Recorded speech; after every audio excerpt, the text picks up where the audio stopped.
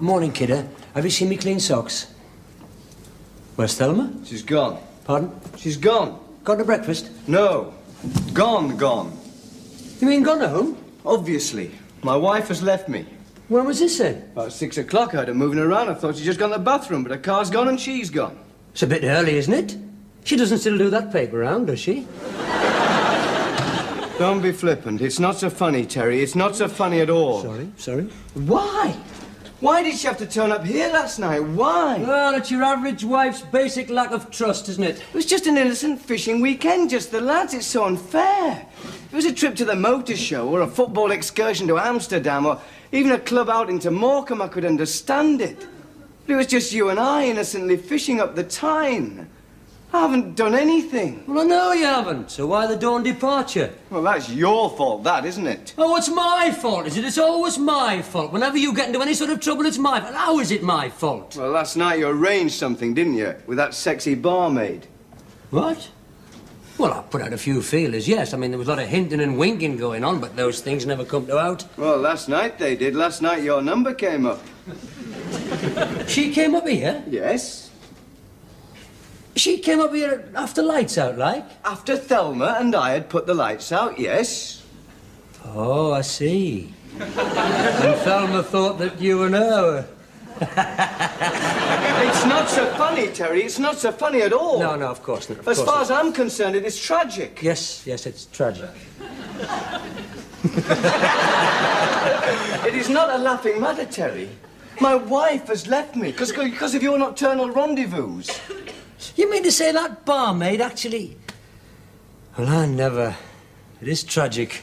Thank you. Tragic for me? What a waste! A golden moment lost forever. Typical of my rotten luck. Well, what about my luck?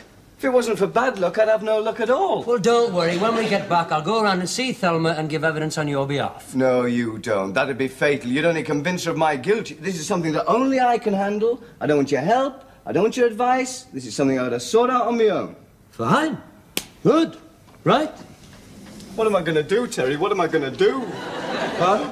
You talking to me? Well, of course I am. Oh, I'm sorry. I thought you were going to handle this yourself. I am. I'm just asking you. What am I going to do? Look, Bob, don't do anything. Sometimes it's better if you don't try to explain things. If there's a crisis, you just walk straight through it as if it wasn't there. It's a question of attitude. It's a question of mind over matter. I don't follow you. You remember Malcolm Price? Little Mal? Aye, had a moustache and a funny walk. Had a funny moustache, if I remember. Yeah, well, the women didn't find it so funny, I can tell you, because he was always putting it about. Didn't he marry that Dougie Pringle's sister, Sandra? Yes, I think that was the one. Anyhow... Dougie only had one ear, you know. Yes, I know, Bob, I know. At school, we used to call him Lugless Douglas. Look, Bob, can we leave the childhood reminiscences for later, eh? Sorry, you were saying? I was saying... Oh, what was I saying? Oh, yes. Well, Malcolm was at this party one night, and he works for this cosmetic firm, you know, so you can imagine what the crumpet was like. Anyhow, the following morning, he wakes up with the most incredible hangover. And his wife says to him... Sandra? Sandra. She says, I'm going down to the supermarket, can I borrow the car? So Malcolm says, yes. I mean, he's not bothered. He's still trying to find the roof of his mouth. But what does she find on the front seat of the car? What? Only his underpants. What is underpants doing on the front seat? Oh, Bob, come on. I know you've got a lot on your mind at the moment, but try and use a little bit of imagination. Oh, yes, underpants. My word. Quite. But the worst is yet to come. There is a telephone number written on the underpants in black eyebrow pencil. Whose number was it? Well, as it happened, it was the girl on the switchboard, but that is neither here nor there. What is important is Malcolm's attitude in this moment of crisis. I mean, what do you say when your wife comes into the room waving a pair of autographs Y-fronts, eh? What would you say? Me? Oh, God. Well, I suppose I'd say, they must be Terry's. I gave him a lift home last night. Oh, that's typical, that is. Trust you to turn round and blame me. Well, what did Malcolm say? Well, this is the whole point. He just looked straight through her, and he said, I refuse to discuss the matter. And the matter was never discussed again. Just like that?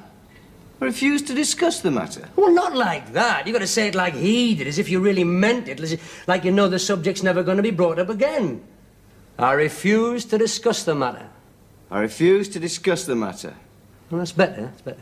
I refuse to discuss the matter. Try it with a Thelma at the end or the beginning. Thelma, I refuse to discuss the matter. Thelma, I absolutely refuse to discuss the matter. I put an absolutely in that time. It helped. Thelma, I absolutely refuse to discuss the matter. No, that's a bit savage, that's a bit menacing. You're Henry Fonda, not Anthony Quinn. I refuse to discuss the matter. Perfect. You see, it's just a question of mind over matter. If you can convince her it doesn't matter, she's not going to mind. Right, yeah, very good, very good. Point taken, convince her. Mind over matter. Right. Good lad. But you'll come in with me, won't you? Oh, yes, if you like. On the way, we'll get her some flowers or some chocolates or a big fluffy teddy bear from that shop in Blackett Street. Bob, man, you're innocent. Good God, man, you know the laws of marriage as well as I do. And one of the first principles is presence equal guilt. Right, yeah. Good thinking, Terry. Right, now, I'll finish my pack and you do yours and I'll see you downstairs. Right, OK. Terry? Oh, now what? Hey, that barmaid, what had you arranged? I mean, what did you say to her? Get her up here, like?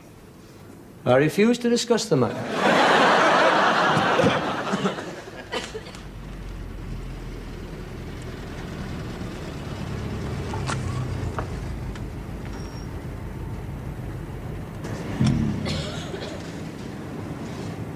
You wait for us, then? Of course I will. You can run me home when you've said what has to be said.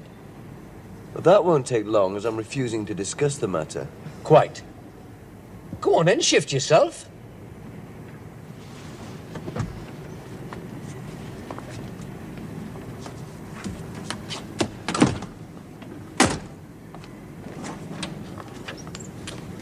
Thelma, where are you going? To my mother's. Why? What do you expect me to do after last night? Ah, Thelma, about last night, I refuse to discuss the matter.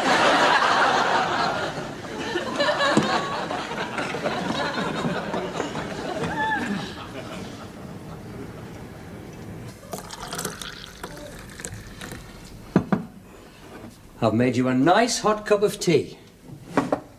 She's left me. Now drink it while it's hot. I never had a I didn't chance put to... the sugar in, because you don't take sugar in tea now, do you? She's left me. She hasn't left you for long. Well, how do you figure that out? Case was too small. You're such an expert, you, aren't you? I should never listen to you in the first place. Should have bought the chocolates or the flowers or the teddy bear or all three. Fatal.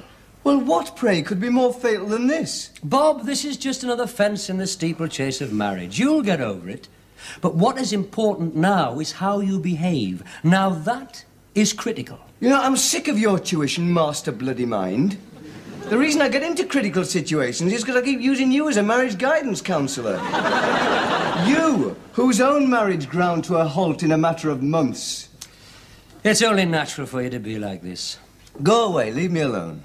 It's only natural for you to want me to go. Me, who's the only person who can help you through this situation. Will you stop being so understanding? Because it does not become you.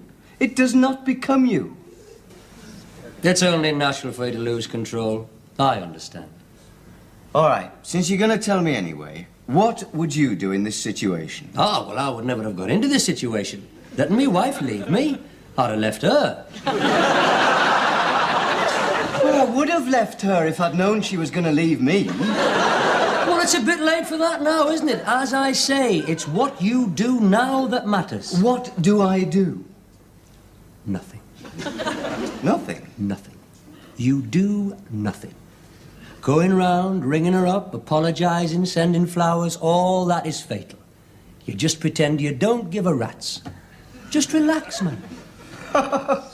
My wife has left me. I don't give a rat's. More champagne. Relax. This is the lowest point in my life. My marriage is in shreds around me. Come on, Bob, man, it's early days yet. Going back to their mother, they all do that, don't they? You've got your whole lives in front of you. You're just at the dawn of your disasters. You know, at times like this, you really are a great help, Terry. I like to think so. Come on now, drink that tea while it's hot. All right, is it? Yes, it's very nice, thank you. It's lovely. Good, good. Don't you think I should go round there? Definitely not. That's what they expect of you. And if you don't, it confuses them. They don't know what to do. The ball's in your court, kidder. It's your advantage. Just like a tennis match. It is, man. It's just like a tennis match. And it's your service. Only knowing you, it's bound to be a double fault. Terry, how long were you married? How long were you actually married to Utah? Well, I suppose, best part of 2 years, on and off. Mostly off. So you didn't enjoy a great deal of married life? Well, no, I suppose I didn't, if you put it that way. No, why? You're such an expert, you. In such a short time, you're such an expert. A working man's guide to married life. I am trying to give you the benefit of my bitter experience. Did you ever go through this kind of situation with Utah? You know, where she thought you might have been putting it about? From time to time. Nothing as drastic as little Mal, mind. But there was once. What? Well, somebody once told Utah that while she was at work, I'd been seeing this waff. Now, she's a canny little thing, mind. Came from up here. Couldn't half sup her ale, so we had a lot in common. Anyway, one afternoon, Utah comes home early from work, and she didn't half give me some stick about it. And believe you me, German stick's a damn sight worse than English stick. She went on about how it was the talk of the whole barracks, how I'd been having it away with this waff, and she was going back to her mother. So I said, now, just you wait 1 minute, my girl. Just you wait 1 minute. And this is what you have got to tell Thelma. Utah, I said, where is a marriage without some basic trust? Without that instinct that tells you when to trust your partner in life, where are we? Where are we? I said, where are we? And where were you? Nowhere. She found the waff in the airing cupboard.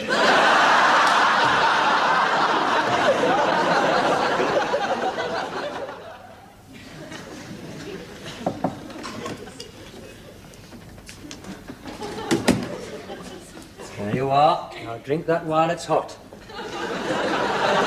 Thank you. I'll put some sugar in, because you must have sugar in cocoa. I thought she would have rung. No, not when they're at their mother's. No, because she'll be stopping her like you're stopping me. Bob, I am not stopping you from ringing Thelma. I am advising you. Oh, pretty strong advice. Every time I move near the phone, you threaten to rip it out the wall. She'll be back tomorrow. Perhaps. Anyway, you've got me here. Me and little Norman. Well, Norman makes it worse, really. Because he smells of Thelma's cologne. All right. He's a bit like that, is he? Will you be all right in the spare? Is it Ed? Yes, I've slept in worse places than that. Appreciate you staying. That's the least I could do. I suppose you'll be sitting next to the phone all night, guarding it. Bob, I know that your natural instinct is to want to ring up Thelma, knowing she's only 2 penneth away. But that is what she expects. And sometimes if you do something that is unexpected, it gives you the edge on them. Remember Ronnie Oliver? Why, quiet, lad. He married that Janet who was a bit... Yeah, it always was. Funnily enough, she once went out with Lugless Douglas. Yes. So I heard. More than he did, poor lad. Yes. But the point is, when Ronnie found that she had been seeing this car salesman, his reaction was very surprising. Yeah, if I remember from the Northern Echo, he went down the garage, dragged the salesman through the car wash, then threw him through the showroom window. Exactly. But that was not like him. He wasn't happy doing that. But he did it for the sake of his marriage, and what was the result? 3 months for assault and battery. Yes, but when he came back, she hardly dared raise her voice to him. Few of us did. And as long as you get me point, it sometimes pays to do the unexpected. Do you think it'd be a good idea to throw Thelma through a plate glass window? Not at this stage, no. Now, you get yourself a good night's sleep. Thanks, Terry. You know, I've been thinking, Bob, when you and I were going through our crisis, we might have been able to patch it up, you know. Save our marriage. If only I had a friend like me. There's no answer to that.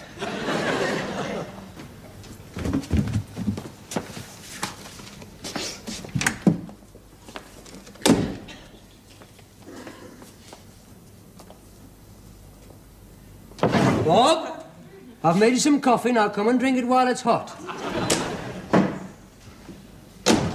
Is that the time? Why didn't you wake me? I thought it best let you sleep on, because you didn't get a wink till about 4, did you? I heard you moving about and talking to little Norman. I'm supposed to be at work. Nobody could expect you to go to work when you're in the middle of an emotional crisis. Anyway, it's best that you're here when she comes back. Well, what makes you so certain she will come back? Of course she'll come back. She'll come back to get some clean things. And she'll come back when she thinks that you're at work. And that's when we lock her in the bedroom. Now look what you made me do. Have you got a hanky? Oh, leave it, man, leave it. Sometimes I think you're not worth saving. What do you mean we'll lock her in the bedroom? I've got it all worked out. Listen. Now, you remember Alan Stamp, who married that bonny girl, worked in the dairy? Barbara. Barbara, yes. Her father was a strange man. He was the one who exposed himself on Whitley Bay seafront August Bank holiday. Yes, well, can we go into that later, Bob? Fortunately, it was a wet August. Yes. The point is that Alan locked Barbara in the bedroom. Why? Because she went too far. So, in the middle of one of her tantrums, he just walks out the bedroom, locks the door, and goes off to see the lads. Well, isn't that a bit drastic? I mean, is that a sensible tactic? Certainly it is. It gives them time to cool off. And they can't get over what you've done, you see, because it's unexpected, unpredictable, masculine. And when you open that door a few hours later, you'll have a different woman on your hands, all humble and apologetic. And desperate to go to the lavatory, I should think. Well, yes, but it all helps, man, it all helps. It's hard for a woman to give you a stick when she's dying for a pee. I think that's very dodgy. Not at all, Cat. It's the old caveman bit. And they all respect that in the end. Yeah, that is a valid point, the caveman, yes. Makes them know they've got a man about the house. You remember Vin Welsh? In the greenhouse? Aye. With that... It's Thelma. I told you.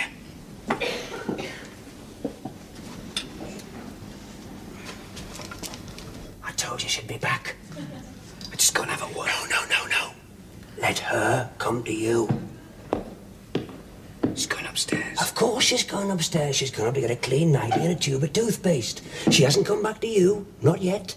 Now is your chance. What? To lock her in the bedroom.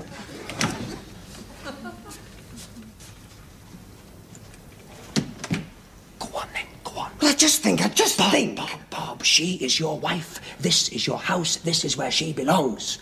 If you lock her in the bedroom now, she can't go back to her mother. And if she does, this whole thing could drag on for months. Yeah, that is a valid point, Terry. Caveman. Yeah. The caveman, yes. I just think... Go on. Thelma, this is our house. You're my wife, and this is where you belong. Good lad. I've got your coat. Mr. Ferris? Mr. Ferris, what's happened? Mr. Ferris, let me out. Cheers, Pet. Thank you. There you are. Now drink that while it's cold. It doesn't seem right sitting here drinking with Thelma locked in the bedroom. Ah, just let her simmer for a couple of hours. You make her sound like a stew. You'll see the difference. Did we leave the heating on? That room gets very chilly. Well, she can always go to bed, can't she? Cuddle up to little Norman. Oh, well, let's have a game of darts. Oh, it's all right for you, isn't it? You're not emotionally involved. All right for you sitting there dispensing advice like Marjorie Proops. I am involved, Bob. I am involved in protecting the innocent, and you are innocent, remember? Just 'cause she wouldn't listen to your view of the matter. Well, I thought I was going to refuse to discuss the matter. Well, she didn't even give you a chance not to discuss the matter. I better ring the library. What for? Well, she's supposed to be at work, isn't she? They're going to wonder why she's not there. What are you going to tell them? Well, I won't say I've locked her in the bedroom. I'll make an excuse. I'll say she's been taken poorly. Her old trouble's come back again. What's her old trouble? Chilblains. Chilblains? Oh, sorry. This is Robert Ferris here, Thelma Ferris's husband. I'll just ring to say she won't be in this afternoon. She's not feeling too well. Chilblains. She won't be in. Just a minute. It's your husband. He says you won't be in today. You're not feeling well. What are you talking about? Honestly? Here, let me have a word. Hello? Hello. I'm just ringing on behalf of Thelma Ferris. Just to say she won't be in this afternoon. She's not feeling too well. Best to keep her indoors. You know, you can't be too careful. Is it serious? No. Just her old trouble, chilblains. She'll be back tomorrow. Thank you for letting me know. Not at all. What on earth was all that about? Anthea, would you mind holding the fort for a bit? I'm going to slip home and find out what's going on. Of course, Pet. Perhaps it's your husband who isn't feeling well. Come on, kidder, get that down, yeah? I feel terrible. There's only one solution. Throw yourself into your darts. Away.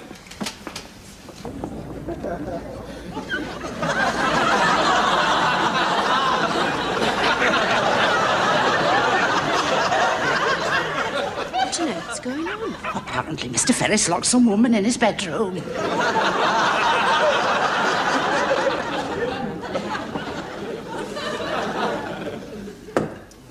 It's no good. I can't concentrate. It's dangerous to play darts when your mind's not on it. Let's pack it in. Right. Well, that's 5p, you owe me. All right, all right. Oh, you're such a worrier, aren't you? And women don't like that, you know. You've got to be firm. You've never been firm with your women, have you? I've always had to carry you through your emotional crises. Crises. Pardon? The word is crises. Well, whatever the word is, I've always had to carry you through them. You've always caused them, you. No, I have not. Yes, you have. Ever since Park Juniors. If I've ever had a hang-up with a woman, you can bet your life you were the bottom of it.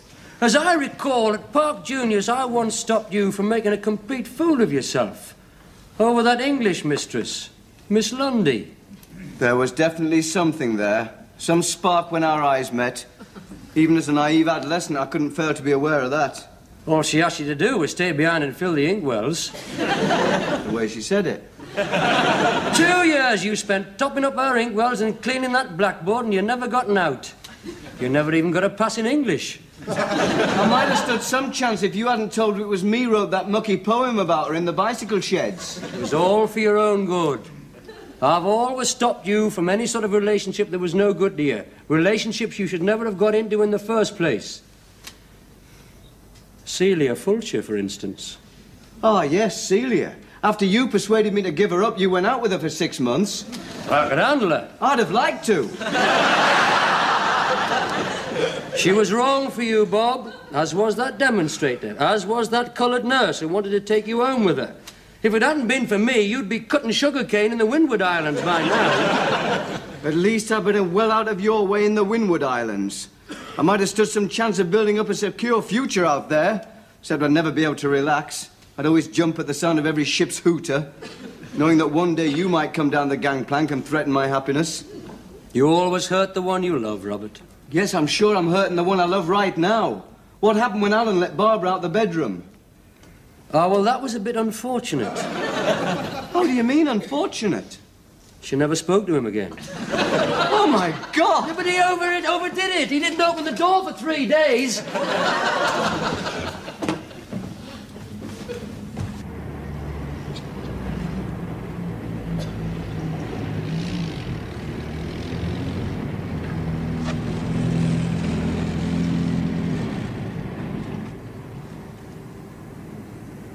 Go on, then. Well, are you coming in with me? There's some things a man has to do on his own. You were with me when I locked her in the bedroom. Yes, but I don't think I should be when you let her out the bedroom. What are you going to do, then? Well, I'll just sit here while you make it up. You can have a cuddle and a cup of tea, and then you can run me home. She leaves me again. And Thelma can run me home.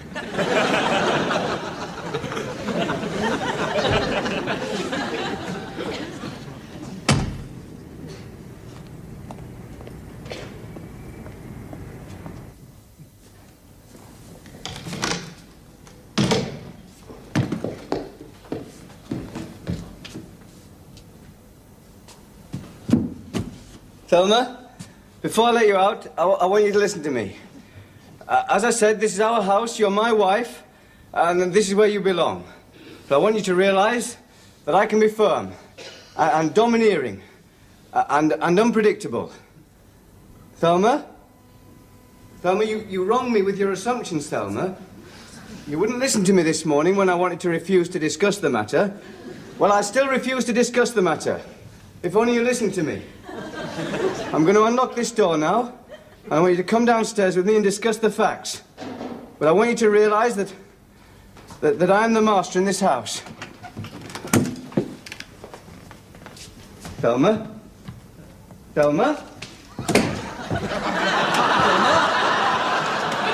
I've always thought there was insanity in the Ferris family. Thelma? I've always put down your absent-mindedness to a sort of lovable eccentricity, Bob, but I realise now that you're right round the twist. First of all, you ring me up and tell me where I'm not where I am, and then you lock Mrs. Greenlands in the bedroom and she won't be coming back, as she said herself, not while that madman's in the house. Thelma, unlock this door at once. Oh, you're being masterful and domineering now, are you? Well, I don't know what you thought you were playing at, locking me in the bedroom, but you can think about that now while I go back to my mother's.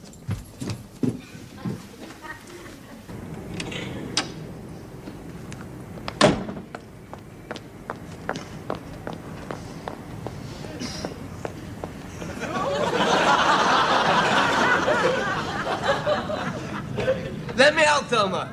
Thelma, let me out!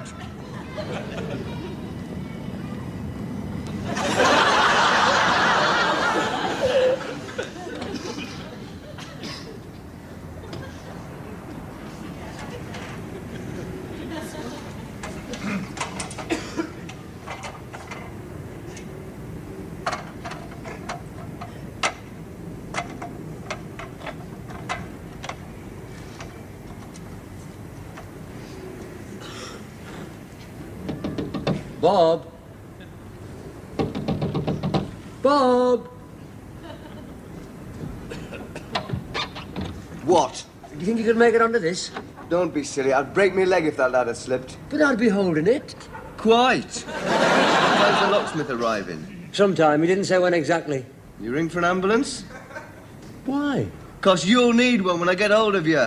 Now, Bob, it's only natural for you to abuse your most loyal and valued friend. Here, take this. What is it? I made you a flask of Oxo. Now drink it while it's hot.